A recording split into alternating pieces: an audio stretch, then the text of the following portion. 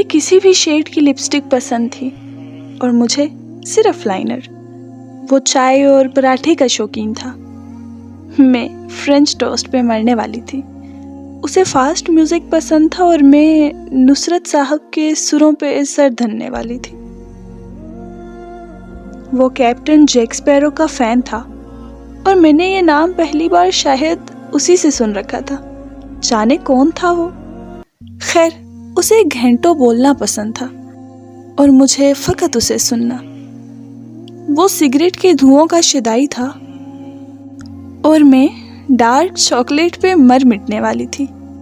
उसे चूड़ियों से भरी कलाइयाँ और गालों को छूती बालियाँ भाती थी और मैं बाएं हाथ पे रिस्ट वॉच बांधने वालों में से थी।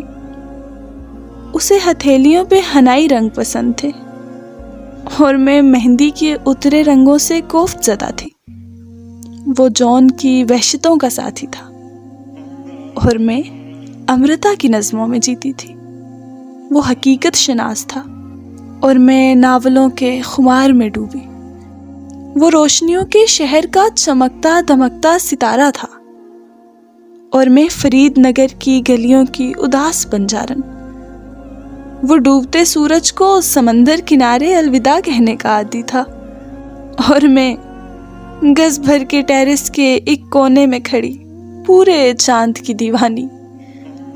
वो बर्फ ज़दा पहाड़ों का बासी था और मैं धूप किनारे बैठी पागल लड़की। उसे रंगों से उनसियत थी और मुझे फकत स्या रंग भाता था। वो कमीज की आस्तीनें चढ़ाए रखता था और मैं लंबे दुपट्टों में खुद को उलझाए रखती थी। वो बोलता तो उसकी भूरी आंखें कलाम करती थी और मैं उसके सामने जैसे बोलना भूल जाती थी। वो दुनिया के सामने सर उठा के जीने का आदी था और मुझे उसके सामने सर झुकाए रखना अच्छा लगता था। न मैंने उसे बदलना चाहा, न उसने मुझे। एक अरसा हुआ दोनों को रिश्ते से आगे बढ़े, मगर कल एक दोस्त आई थी मिलने। मुझे नाश्ते में चाय और पराठा खाते देखकर खूब हंसी थी। कमरे में चलते फास्ट म्यूजिक पे वो एकदम चौंकी थी।